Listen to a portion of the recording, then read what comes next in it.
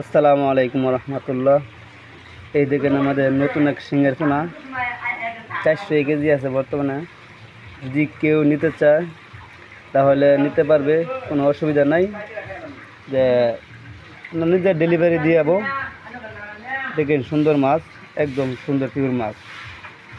যদি কারো লাগে এই নাম্বারে হোয়াটসঅ্যাপে যোগাযোগ করতে পারেন। এটি